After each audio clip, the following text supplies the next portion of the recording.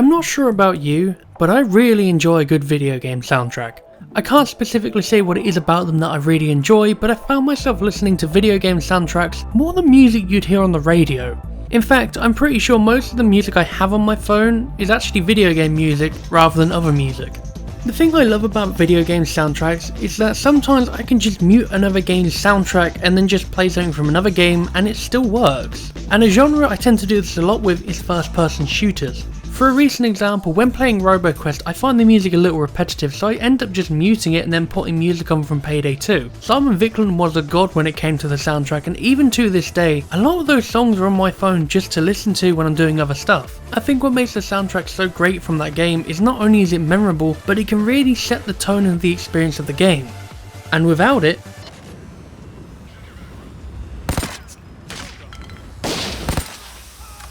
yeah, it kinda sounds dull. I could easily list a few games I've played with great soundtracks, but I think one of the most popular games of all time with arguably one of the best soundtracks ever made is Doom. I'll be the first to admit, the Doom reboot is not a game I gush over. I love the original, sure, but the reboot didn't really grip me as much as everyone else. But I'd be a fool to say that the soundtrack isn't catchy. Doom is a great example on how a soundtrack can work in the game's favour, flowing perfectly within a fast-paced gameplay and making it super easy to get lost within the beat. But have you ever wondered what it would be like to play Doom but given the challenge of actually playing the game to the beat of the music? Well, now you can. Kind of. Bullets per minute, or BPM for short, is a fast-paced dungeon crawling roguelike FPS rhythm game where the goal is to go through various dungeons killing everything in your path to the groove of the beat, similar to games like Crypt of the Necrodancer. I'll be honest, I didn't think I'd ever get around to reviewing this game purely because I was too embarrassed of how often I was missing the beat and failing. But after a couple of goes and getting into the music, I just kind of stormed off with it.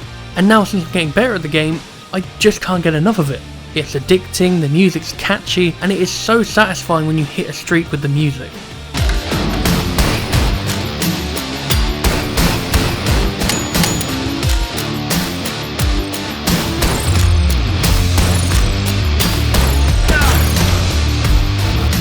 A rhythm game in general is a cool concept, but I can't say I've heard of many games that have really attempted to mix this into the FPS format, let alone a fast-paced one. But after giving BPM some time, I can see why. It's not that the game's bad, far from it, but having a rhythm-based FPS isn't exactly an easy process. The requirements themselves, while pretty straightforward, are fun gameplay, a good rhythm, and a good soundtrack. And that final part is where the challenge comes in. To make a music-focused game good in any format, you need a good soundtrack to go with it. And good lord does BPM deliver on this. After minutes of playing the first level, I was already bobbing my head along to the beat. And a good thing about this game as well is it's definitely worth noting that if you're not familiar with rhythm games, or after several goes you're struggling to play it, there's a couple of settings in the options menu that allow you to loosen up the beat a little bit, so while the music is in the same rhythm, there's a bit more opportunity to actually do stuff. Each level has its own specific music that will alter the beat slightly to keep fresh and challenging each run, and best of all, the music in this game is great, especially towards the end of the game, giving it that extra edge when you reach the finale. But to give you an example, the second level in this game is by far my favourite song.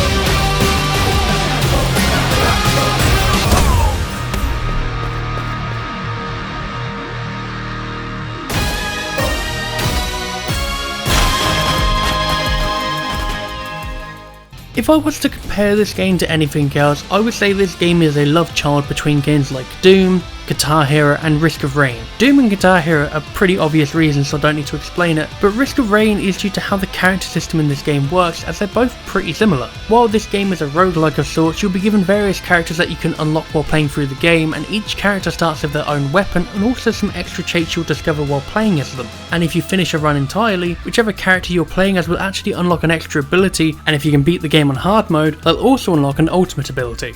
Alongside that, you can expect all the standard requirements for this to be a roguelike. When progressing through dungeons, you'll sometimes encounter special rooms that can host a variety of different things. Some are mini bosses, some are wave rooms, and then some just have equipment or stores. Each rundown is entirely different, and it's not a guarantee that you'll encounter these rooms in the next level or in an entire run, especially with the banks, so it becomes important to plan ahead just in case. I think on the harder difficulty as well, you might encounter some extra rooms, or it might just be the coincidence that when I played on hard for the first time, I saw a few rooms that I hadn't seen before.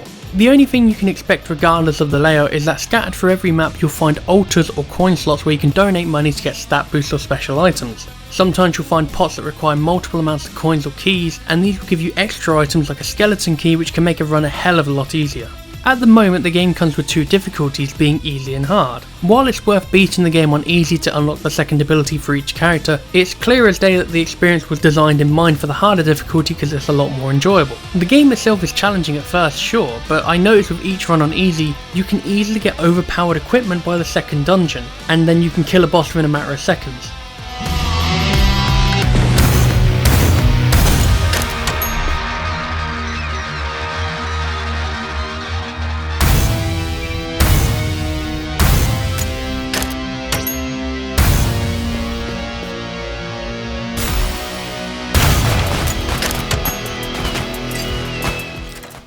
Now this kind of stuff can happen on the hard mode as well, but from my experience so far, I haven't really encountered it as much. I definitely think down the line an extra difficulty or a rebalance of sorts would be a nice touch, but for now, if you think the game is too easy even on hard, there is an additional menu called the challenge mode, which provides what you'd expect. Although I would suggest avoiding the retro run mode because Jesus Christ my eyes. I think my only real complaints with BPM is that when you get the skeleton key, you're still given golden keys which at that point don't really do anything. I assumed at first when you have the skeleton key, any golden key would just be converted into basic gold, but instead it's just a wasted item which can be really irritating when RNG decides to give you only keys from several chests. Another thing that could be a problem down the line is the lack of variety with the dungeons. I don't mean the level structures themselves because it's always random, that's fine, but whenever you play BPM you're going to go through the same 4 dungeons and there's no alteration in theming.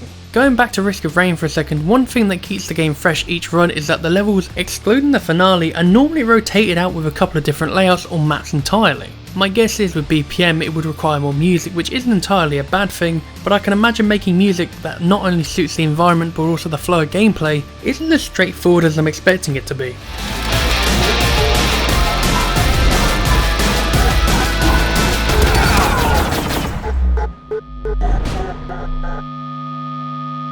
Overall, BPM is a solid little game. The variety of characters is good, the guns feel great, plus reloading to the beat of music, especially with the revolver, will never get old. Now if you'll excuse me, I've got a massive headache from headbanging too much, and I need to have a lie down. That's not actually true, I just thought it'd be a clever way to end the video.